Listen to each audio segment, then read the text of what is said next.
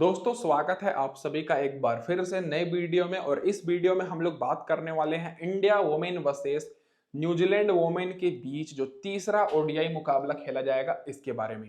तो अभी भी दोस्तों इस सीरीज में जान बची हुई है क्योंकि पिछला मुकाबला न्यूजीलैंड जीत कर आ रही है और पहला मुकाबला इंडिया वोमेन की टीम जीती है। मतलब कि इस मुकाबले में जो भी टीम जीतेगी वो इस सीरीज को जीत जाएगी। तो आपको कांटे की टक्कर तो देखने को मिलेगी ही। साथ में हम लोग इस वीडियो में जानेंगे कि क्या हमें इंडिया वोमेन की तरफ से ज्यादा खिलाड़ी को रखना चाहिए या फिर न्यूजीलैंड वोमेन की तरफ से, और कैप्टन और वाइस कैप्टन दोस्तों किसे बनाएं टॉस के हिसाब से, और बॉलर्स को सपोर्ट करते हुए टीम बनाना चाहिए या फिर बैट्समैन या फिर ऑलराउंडर। तो गौर कीजिएगा ये जो मुकाबला है ये 29 तारीख को खेला जाएगा मंगलवार को दोपहर में 1:30 पर। और ग्राउंड की बात करें तो ये मुकाबला नरेंद्र मोदी स्टेडियम अहमदाबाद में ही खेला जाएगा। तो डायरेक्ट बात कर लेते हैं इस ग्राउंड की पिच रिपोर्ट के ऊपर। तो जैसा कि मैं आपको शुरू से बोल रहा हूं कि इस ग्राउंड पर पहले बैटिंग करने वाली टीम का रिकॉर्ड बेहतर है, और जो टीम पहले बैटिंग करेगी वो दोस्तों 100% तो नहीं लेकिन फिर भी 80-90% चांस है कि जीतेगी। और अभी तक यहाँ पर 6 ही मुकाबले हुए हैं जिसमें से 5 बार पहले बैटिंग करने वाली टीम जीती है और चेस करने वाली टीम मात्र 1 बार। एवरेज स्कोर यहाँ पर 215 का है जो कि दर्शाता है कि बॉलर्स को इस ग्राउंड पर अच्छा खासा मदद मिलती है। हाईएस्ट स्कोर न्यूजीलैंड वोमेन ने पिछले मुकाबले में बनाया था 259 रन, जो कि इंडिया वोमेन चेज नहीं करने पाई थी। लोएस्ट स्कोर 96 रन का है बांग्लादेश वोमेन का। स्कोरिंग पैटर्न देखिएगा तो 200 के नीचे 3 बार स्कोर बना है, 200 और 250 के बीच में 1 बार, 250 और 300 के बीच में 2 बार, और 300 के ऊपर स्कोर नहीं किया है। तो ये तो हो गई दोस्तों यहाँ पर पूरी ओवरऑल पिच रिपोर्ट। अब जो रिसेंट के 2 मुकाबले इस सीरीज के इस ग्राउंड पर खेले गए हैं इसकी स्टैट्स के ऊपर। तो पहला दूसरा ओडीआई मुकाबला इस सीरीज का इसी ग्राउंड पर हुआ और दोनों मुकाबला पहले बैटिंग करने वाली टीम जीती। पिछले मुकाबले में न्यूजीलैंड वोमेन ने 259 रन का टारगेट दिया था, इंडिया वोमेन 183 रन ही बनाने पाई, और न्यूजीलैंड वोमेन 76 रन से जीती जिसमें फास्ट बॉलर को भी 9 विकेट मिली और स्पिनर्स को भी 9 विकेट। और पिछले मुकाबले में टोटल 18 विकेट मिली थी दोस्तों बॉलर्स को। अब उससे पहले पहले ओडीआई मुकाबले की बात करें तो इंडिया वोमेन 59 रन से जीती थी, और उसके पहले ओडीआई मुकाबले में फास्ट बॉलर को 7 विकेट और स्पिनर्स को 10 विकेट मिली थी, मतलब टोटल 17 विकेट।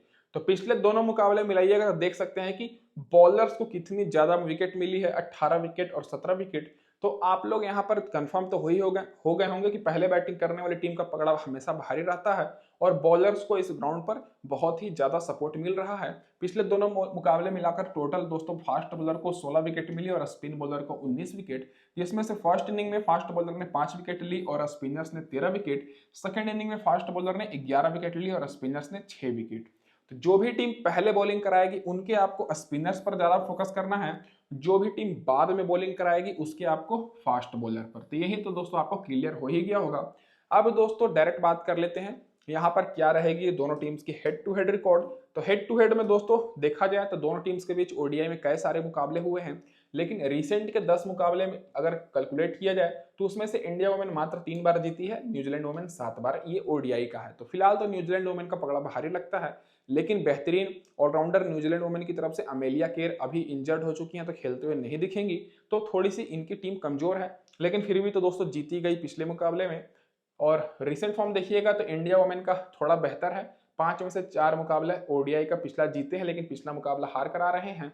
और न्यूजीलैंड वोमेन का देखा जाए रिसेंट फॉर्म तो 5 में से 1 ही मुकाबला ये जीते हैं, जो कि इनका पिछला मुकाबला है 4 मुकाबले हारने के बाद। अब डायरेक्ट बात कर लेते हैं कि क्या रहेगी अब इस मुकाबले में इंडिया वोमेन की प्लेइंग 11।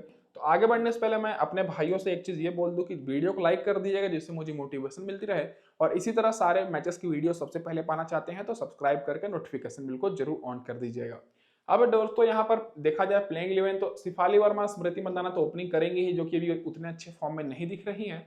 यष्टिका भाटिया आएंगी, फिर हरमनप्रीत कौर पूरी तरीके से फिट हो चुकी हैं, खेलती हुई दिखेंगी। फिर जमीमा रोजेस, फिर यहाँ पर तेजल, दीप्ति शर्मा, अनुदित्य रेड्डी, राधा यादव। फिर पिछले मुकाबले में दोस्तों सीमा ठाकुर और प्रिया मिश्रा को मौका मिला था, जो कि अच्छा परफॉर्मेंस दिखाई थी। और इधर से आपको 3 खिलाड़ी आपको देखने को मिलेंगे जो कि नए नए खिलाड़ी हैं, जो कि आपको पता ही है। पावर प्ले में एस ठाकुर, अनुदित्य रेड्डी और दीप्ति शर्मा बॉलिंग कराएंगे, और आखिरी ओवर में एस ठाकुर और राधा यादव और दीप्ति शर्मा। इधर से जो मेन बॉलर हैं वो दोस्तों यहाँ पर एस ठाकुर रहेंगी और यहाँ पर दीप्ति शर्मा। अब डायरेक्ट बात कर लेते हैं इन सारे खिलाड़ियों की रिसेंट परफॉर्मेंस के ऊपर। तो अगर आप लोग भी दोस्तों बिल्कुल फ्री में टीम्स पाना चाहते हैं तो टेलीग्राम चैनल पर जुड़ जाइएगा, लिंक मैंने डिस्क्रिप्शन में दिया हुआ है। ओपनर शेफाली वर्मा की बात करें, पिछले मुकाबले मात्र 11 रन, फिर 33 रन, 25 रन, 20 रन। तो रिसेंट परफॉर्मेंस इनका बहुत खराब है और उससे भी पहले देखिएगा तो लगातार ये 6 मुकाबले में फ्लॉप परफॉर्मेंस दी है और इस सीरीज में इनका दोस्तों देखा जाए तो 33 रन का अभी तक हाईएस्ट स्कोर है। तो शेफाली वर्मा उतने भरोसेमंद मेरे हिसाब से नहीं है, तो इनके ऊपर आपको कम ही फोकस करना है और अगर आप लोग 4-5 टीम बना रहे हैं तो एक टीम में इनको केवल लेना है। स्मृति मंदाना इस मुकाबले में इंपॉर्टेंट हो सकती हैं। क्यों हो सकती हैं? भले ही पिछले मुकाबले में 0 पर आउट हो गई हो और उससे पहले 5 रन, लेकिन रिसेंट फॉर्म इनका देखिएगा तो शेफाली वर्मा से लाख गुना बेहतर दिखेगा। रिसेंट में 90 run, 136 run, 117 run, 34 run, 59 run की इन्होंने शानदार पारी खेली है। तो स्मृति मंदाना पर आप लोग स्मॉल लीग और ग्रैंड लीग दोनों में फोकस कर सकते हैं। अब यष्टिका वाटिया की जगह बात करें तो इनकी जगह पर पिछले मुकाबले में हम लोगों ने न्यूजीलैंड की विकेट कीपर को अपनी टीम में रखा था, जो कि इनसे अच्छा बैटिंग की थी और ज्यादा पॉइंट्स भी दी थी। यष्टिका वाटिया पिछले मुकाबले में मात्र 12 रन की पारी खेली और पहले ओडीआई मुकाबले में 37 रन। रिसेंट में इनका बेस्ट स्कोर है 49 रन और 50 रन का। तो दोस्तों हालांकि यष्टिका वाटिया को आपको तभी लेना है जब इंडिया की टीम यहाँ पर पहले बैटिंग करे। चेस करते समय ये फ्लॉप हो गई थी पिछले मुकाबले में, जो कि अगर आप लोग देख ही रहे होंगे। अब दोस्तों सबसे पहले बात कर ले हरमनप्रीत कौर को, तो हरमनप्रीत कौर का दोस्तों इस मुकाबले में इंपॉर्टेंट रहेंगी, क्योंकि यहाँ पर अब एक्सपीरियंस वाले खिलाड़ियों पर आपको ज्यादा फोकस करना है। जैसे स्मृति मंदाना हो गई, हरमनप्रीत कौर भले ही पिछले मुकाबले में मात्र 24 रन की पारी खेली हो, लेकिन रिसेंट में 42 रन 103 रन की भी इन्होंने शानदार पारी खेली है और ये कभी कभी बॉलिंग भी करा लेती हैं, अभी आपको ऑलराउंडर में भी दिख रही होंगी। तो दोस्तों जो टॉप के 4 हैं इनमें से आपको हरमनप्रीत कौर और स्मृति मंदाना पर फोकस करना है। बाकी यष्टिका वाटिया और शेफाली वर्मा पर केवल पहले बैटिंग करते समय ही फोकस करना है। जमीमा रोजर्स की बात करें तो ये भी दोस्तों अभी उतने अच्छे फॉर्म में दिख नहीं रही है। पिछले मुकाबले में 17 रन और उससे पहले 35 रन की पारी खेली। रिसेंट में परफॉर्मेंस इनका बहुत अच्छा रहा था। तो जमीमा रोजर्स को भी आपको तभी लेना है जब दोस्तों इंडिया वुमेन की टीम पहले बैटिंग करे, क्योंकि चेस करते समय तो पूरी इनकी बैटिंग लाइनअप ही फ्लॉप हो गई थी। तो अब यहाँ पर तेजल की बात करें तो तेजल हस बिनास की बात करें, हसा बिनास की, तो पिछले मुकाबले में 15 रन की पारी खेले, उससे पहले 42 रन। तो अभी नए खिलाड़ी हैं, रिसेंट में इनको अच्छा खासा रिकॉर्ड है, लेकिन दोस्तों उतनी बड़ी टीम के खिलाफ ये रिसेंट रिकॉर्ड अच्छा नहीं है। तो न्यूजीलैंड जैसी बड़ी टीम के खिलाफ ये अच्छा परफॉर्मेंस तो की थी, लेकिन इस मुकाबले में अगर खेलती हैं तो पहले बैटिंग करेंगे तभी इनको लेना है, नहीं तो दोस्तों आप लोग ड्रॉप कर सकते हैं। तो यहाँ पर आपको केवल टॉस के ऊपर डिपेंड रहना है। जो भी टीम पहले बैटिंग करेगी उनके ज्यादातर बैट्समैन को रखना है और चेस करने वाली टीम के ज्यादातर दोस्तों यहाँ पर बॉलर्स को। दीप्ति शर्मा की बात करें तो दीप्ति शर्मा इंपॉर्टेंट रहेंगी इस मुकाबले में, तो इनके ऊपर आपको फोकस करना है। पिछले मुकाबले में 15 रन 2 विकेट, उससे पहले 41 रन 1 विकेट। रिसेंट में लगातार हर मुकाबले में 2-2 3-3 विकेट इन्होंने लिया है। तो दीप्ति शर्मा कप्तान वाइस कप्तान के लिए भी बेस्ट रहेंगी, तो इनके ऊपर तो सभी लोग फोकस कर रहे हैं। अनुदित्य रेड्डी की बात करें तो पिछले मुकाबले में इनको विकेट नहीं मिली, उससे पहले 1 विकेट, लेकिन रिसेंट फॉर्म इनका बेहतर है, तो अनुदित्य रेड्डी को उतने लोगों ने नहीं लिया है, तो ये डिफरेंशियल ऑप्शन हो सकती है, तो इन पर आपको फोकस करना है।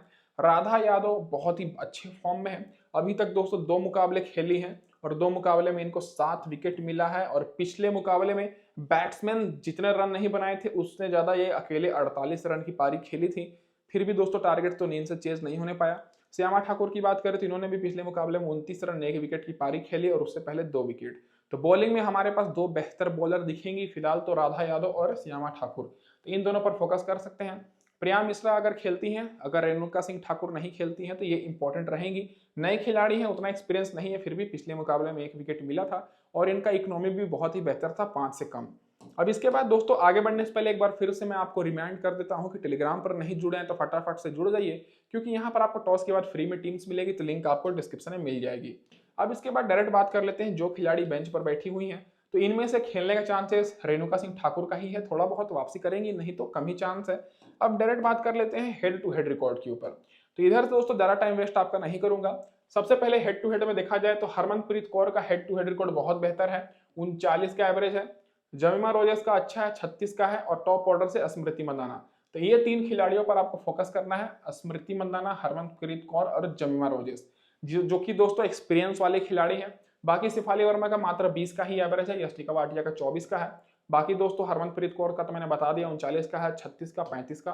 तेजल का दोस्तों 2 मुकाबले में 28 का है। दीप्ति शर्मा का सबसे बेहतर है, तो 14 मुकाबले में 22 विकेट, 31 का। बॉलिंग में दोस्तों जो सबसे बेहतर है वो यहाँ पर राधा यादव का है, 2 मुकाबले में 7 विकेट, और श्यामा ठाकुर 2 मुकाबले में 3 विकेट।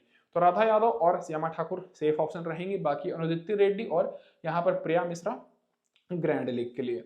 अब इसके बाद डायरेक्ट बात कर लेते हैं क्या रहेगी अब इस मुकाबले में।